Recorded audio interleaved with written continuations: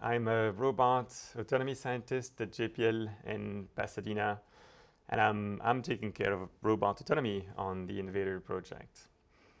InVADER is a really fantastic task for robot autonomy because it's difficult.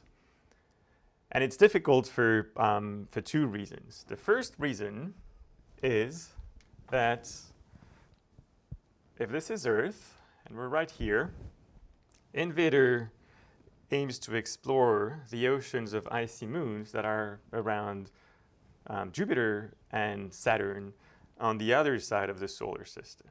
This could be Saturn, for example, right here, and we're exploring a moon that's around it here.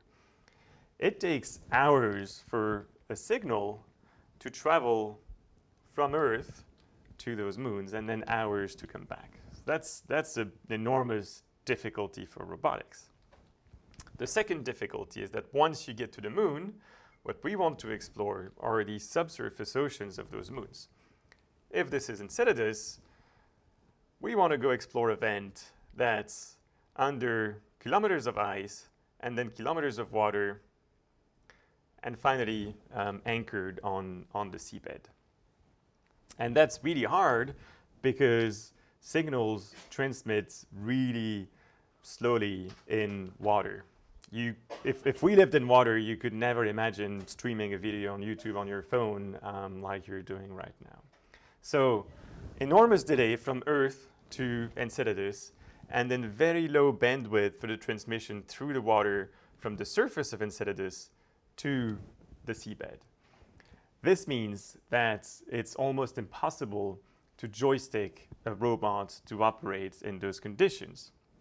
Imagine, for example, playing a car racing game by looking at a TV that has a resolution of 20 by 20 pixels, and where the images that you get are about 2 hours old. You would not get anywhere anytime soon. So because of those difficulties, robot autonomy is essential. And I'm going to erase it so that you see my face a little better. Robot autonomy is essential because of those reasons. And InVADER is addressing that problem head on. And specifically, InVADER is looking at robot science autonomy, deciding on its own where it's going to point its instruments to collect interesting scientific data.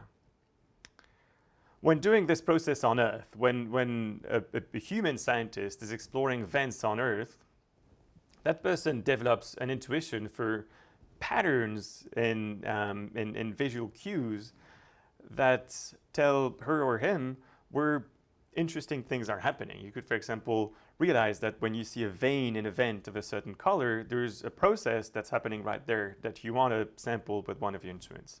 And that's exactly the thought process that we'd like to reproduce on InVADER.